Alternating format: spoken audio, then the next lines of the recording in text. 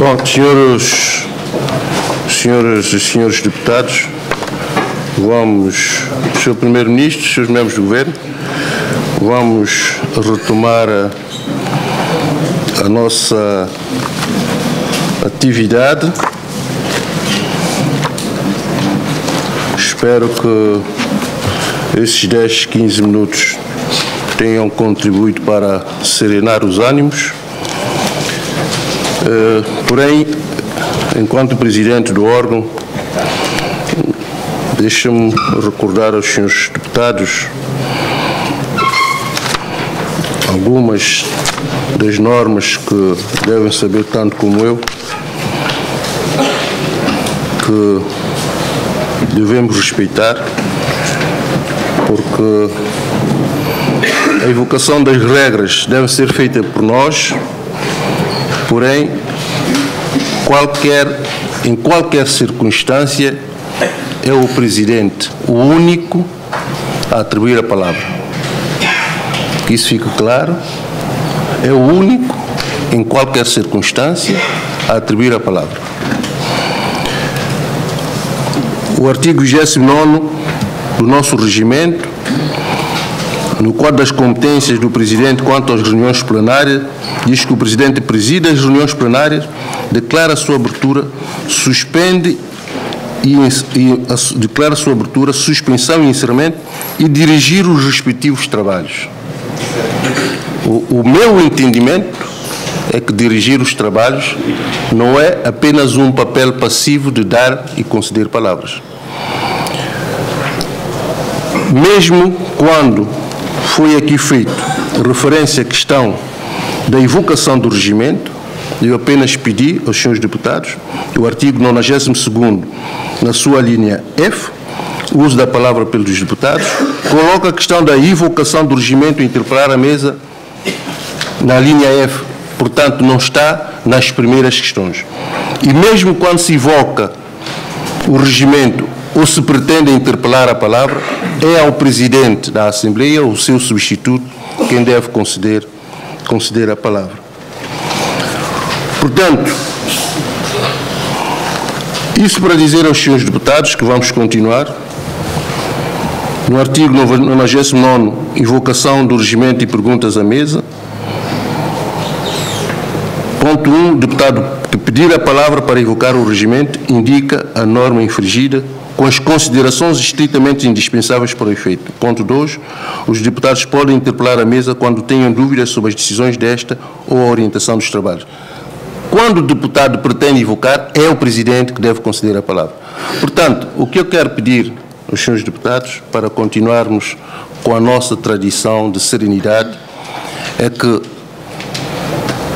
não é preciso estarmos todos a falar ao mesmo tempo para que o Presidente conceda a palavra. E relativamente ao decurso da nossa reunião, Sua Excelência, Sr. Primeiro-Ministro, fez o seu discurso. O Sr. Deputado Levi, enquanto representante do grupo parlamentar, fez o seu discurso, nos termos que julgou pertinente fazer. Há outros inscritos e não há em nenhum momento do nosso regimento que diz que interpelação à mesa ou evocação do regimento tem prioridade sobre a ordem de inscrição. E mesmo havendo esta ordem de inscrição, quem deve decidir isso é o Presidente e não mais ninguém. Podemos, de facto, e o regimento próprio permite, que das decisões do Presidente ao recurso ao plenário. Portanto, não há nenhum senhor deputado, nem nenhuma senhora deputada que pode determinar ao Presidente fazer isto ou fazer aquilo. Quando discordarem com um posicionamento do Presidente, propõem ao plenário a revisão deste procedimento de acordo com os termos regimentais. Espero que esses esclarecimentos sejam suficientes para retomarmos a boa marcha do nosso trabalho. Eu dou de seguida a palavra ao Sr. Deputado Octávio Nunes da palavra. Muito obrigado, Sr. Presidente. Muito bom dia. Sr. Primeiro-Ministro, Srs. membros do Governo, muito bom dia. Senhoras e senhores deputados, muito bom dia. Eu venho... A minha intervenção é mais no sentido de reagir um pouco à violência com que o Sr. Deputado, meu amigo Levi Nazaré, falou, ao trazer à baila uma carta aberta ao Dr. Manuel Pinto da Costa nas vésperas das eleições. Embora esta carta aberta tenha sido escrita,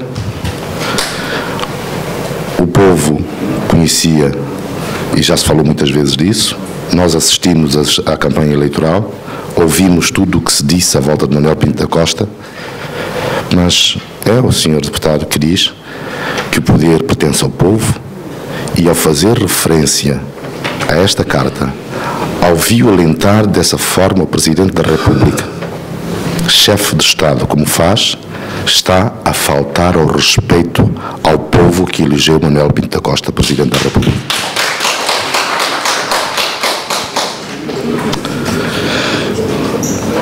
Por um lado. Por outro lado, eu quero dizer ao meu amigo, o Sr. Deputado Levi Nazaré, que fala muitas vezes para o povo, para a população. Ou seja, fala à distância, usa o Parlamento. O povo de São Tomé e Príncipe perdeu uma grande oportunidade. Porque o povo quer é alguém que fale com ele e não é alguém que fale para ele.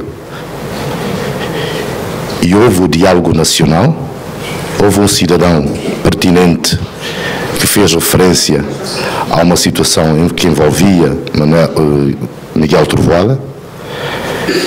Manuel Pinto da Costa respondeu, e se há daí Miguel Trovoada, Patrício Trovoada tivessem concordado em participar, como todos os outros participaram no diálogo, Levi Nazaré estas coisas não dizia para o povo, dizia com o povo, partilhava com o povo essas questões. É o segundo aspecto. O terceiro aspecto. Nós somos de uma geração que deve herdar dos nossos antecessores aspectos positivos. Não vamos herdar aspectos negativos. E creio que a sociedade são-tomense está como está hoje, por causa do ódio que nunca mais desaparece entre famílias. Todo o povo sabe disso. E nós temos que saber que, se nós continuarmos a seguir o comportamento de ódio, esse espírito de ódio, de vingança, recordando o passado, nós nunca mais vamos avançar. Há pouco tempo fez referência, no fim da sua abordagem à carta, disse que o Dr. Gabriel Costa foi advogado desta senhora que escreveu essa carta. E depois diz, o senhor está aqui hoje Primeiro-Ministro. Significa o quê? A carta foi dirigida ao Manuel Pinto da Costa, com tudo aquilo que se disse ao Manuel Pinto da Costa, e hoje Pinto da Costa reconhece competências no senhor para ser Primeiro-Ministro e partilhar com ele o poder neste momento. Isso significa o quê? O que é que significa? Significa que Pinto da Costa não odiou Gabriel Costa, só um bocado. Pinto da Costa não odiou Gabriel Costa por ter sido advogado de alguém que escreveu uma carta. Pinto da Costa soube entender que ele deve ultrapassar as coisas do passado e tocar para frente. Nós hoje temos que esquecer, ou não podemos herdar esse ódio que existe entre famílias neste país, senão nunca mais avançamos. Foi o próprio Levi Nazaré que disse, ódio consome a alma, mas não a alimenta. E nota-se, sente-se no Levi Nazaré, na forma como fala, o ódio que ele próprio não deve ter contra ninguém. É um ódio que o seu líder lhe transmitiu. E há outro aspecto que eu registrei. É que nós muitas vezes, quando falamos, esquecemos dedo na capantuba. Disse que, na carta aberta, disse que o Presidente da República, o Presidente Pinto da Costa, andou durante 20 anos a passear pelo mundo desde que deixou a presidência. Patrício Trovoada está onde, Sr. Levi? A passear aonde? Está a passear aonde? Está doente? Está de férias? Férias de quanto tempo? É um líder. Nós ouvimos dizer, um líder não pode abandonar os seus seguidores deixá-los à sua sorte, não pode ser. Portanto, eu quero só fazer referência a isso e depois, para terminar, sem antes, porque eu terei a oportunidade de pedir palavra para abordar justamente isso, eu preferia que seja depois, fosse depois, mas eu quero dizer também ao Levi Nazaré, que diz que a comunicação social está politizada e que não tem oportunidade de se exprimir e de se fazer ouvir. Levi Nazaré, pessoalmente, nós como amigos, eu já não confessei, já manifestei a minha preocupação várias vezes pelo facto de eu ter sido simplesmente impedido, como profissional da comunicação social, de estar na televisão. Tirou-se tudo o que tinha a ver com o Zé Manel. Impediu-se de todas as formas do Zé Manel de estar ou na televisão ou na rádio. Pergunta ao Oscar Medeiros. Portanto, eu quero dizer que o que existe neste momento, o que existe neste momento, se eu fui a tribunal, olha, o Levi Nazaré pergunta-me se eu fui a tribunal. Eu quero dizer só uma coisa muito simples. Eu, há tempos depois de nós entrarmos no sistema multipartidário, num dos tempos de antena que nós fizemos, no tempo de antena, eu li e disse algumas acusações que foram feitas a Miguel Trovoada na altura. E Miguel Trovoada meteu-me em tribunal e foi condenado a 2 anos de pena suspensa. Por ter sido a voz no tempo de antena. Responsabilidade do partido político. Era ditadura, não era? Eu tinha liberdade ou não tinha? Muito obrigado, Sr. Levi. Muito obrigado, Sr. Presidente. Obrigado, Sr. Deputado Zé Manuel Noronha, que é o próximo orador. Senhora Deputada Isabel Domingos, para uma intervenção.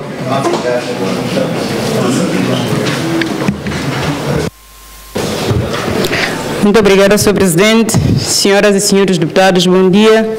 Senhor Primeiro-Ministro, os mais membros do Governo, muito bom dia.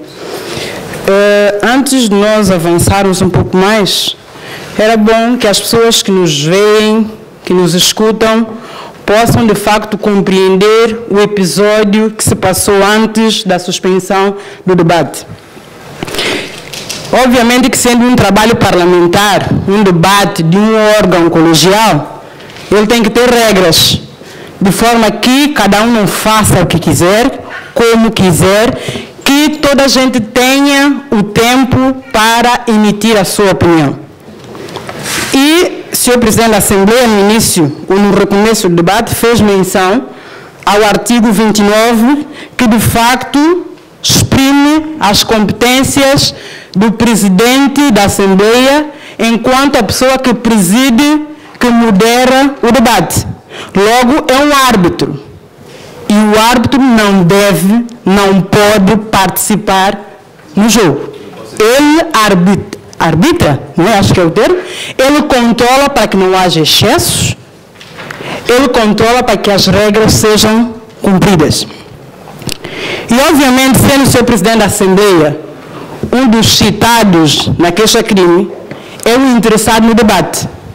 E, sendo interessado no debate, há formas que o próprio regimento diz para que o mesmo tome parte no referido debate. Para que as pessoas lá fora não pensem com a imagem que se quer transmitir aqui de que o ADI não quer debate, porque não é verdade. Nós estamos aqui disponíveis e mais. Pedimos que a comunicação social fizesse a transmissão em direto. Quem tem medo não perde em direto, Sr. Presidente. E eu entendo, sendo citado, sendo uma parte envolvida na queixa, tem emoções envolvidas, tem interesse também de apresentar as suas justificações e tem regras para isso. No artigo 107 do regimento, diz o uso da palavra pelos membros da mesa. E tem 2 pontos, permitam que passe a leitura desses pontos. No ponto 1 diz, se os membros da mesa quiser usar da palavra em reunião plenária, na qual se encontrem em funções e não pode reassumi-las até ao termo do debate ou da votação, se a estes houver lugar. No ponto 2 diz, se o presidente ou o vice-presidente em exercício, não pode reassumir as suas funções até o termo do debate ou da votação, se a estes houver lugar, no caso do debate ou da votação, excederem a reunião. Para explicar uma linguagem mais clara para quem nos estiver a ouvir, se o presidente da Assembleia quiser tomar parte no debate ativamente, deve deixar o lugar de presidente, de árbitro e ocupar o lugar na sua bancada. Vem um dos vice-presidentes e, na ausência deles, um deputado mais velho.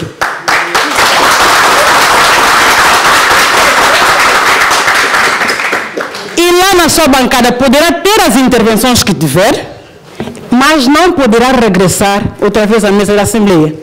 É só isso que o ADI quer, cumprimento de regras. Isso é difícil de se perceber. Não estamos a inventar nada. Quanto à invocação do regimento, no caso em concreto, o deputado que vinha a seguir nem sequer já tinha de palavra. Senhor presidente, poderia, e é o líder da bancada que pediu a palavra, poderia ter o respeito e a consideração de ouvir e tomar as suas decisões enquanto moderador do debate. Não numa atitude de imposição, para ser honesta consigo, numa atitude de imposição, fazendo uso do poder que lhe confere e tomar a atitude que lhe tomou.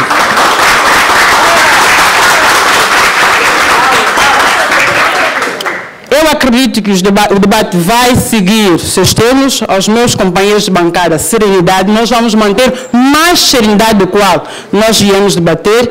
Mas eu peço permissão ao meu líder, um instante, para fazer uma pouca intervenção relativamente ao deputado que me antecedeu.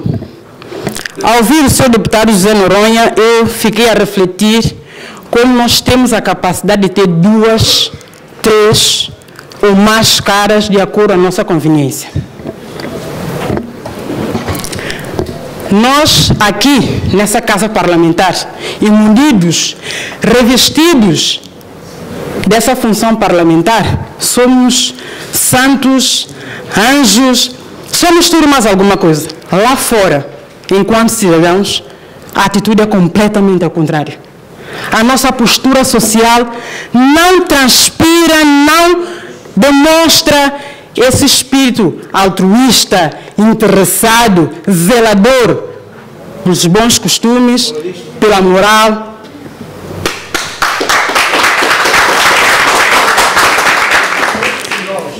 Eu faço menção e com muito gosto de fazer parte da nova geração. Sou, se não, a deputada mais nova dessa casa parlamentar. Sou. Espero de facto herdar coisas positivas. E uma das entidades do qual eu me inspiro bastante são os meus pais. Eu tomo como referência a educação, o respeito,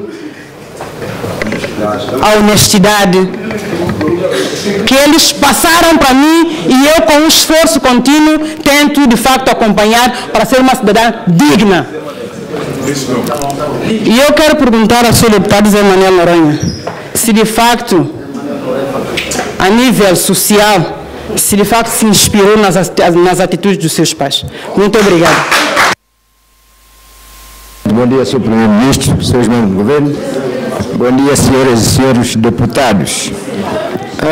A minha intervenção vem fazê-la numa crítica ao senhor presidente da Assembleia.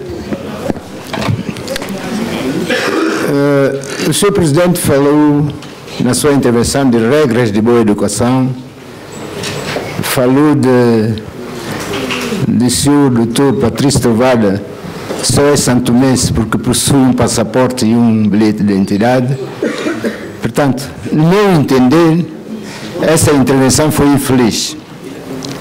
E eu critico por isso, porque toda a consequência que nós assistimos depois é fruto dessa sua primeira intervenção. Por isso eu apelo ao senhor presidente, à sua excelência, senhor presidente, deputado Arcínio Pinto, dirija os trabalhos com serenidade, acima de tudo,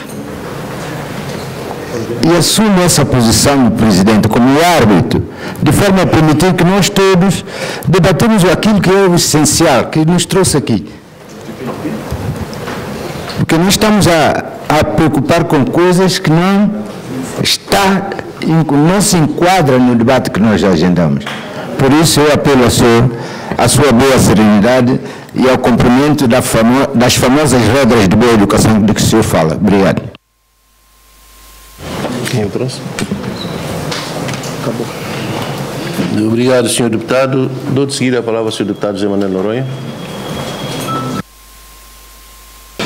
Muito obrigado, Sr. Presidente.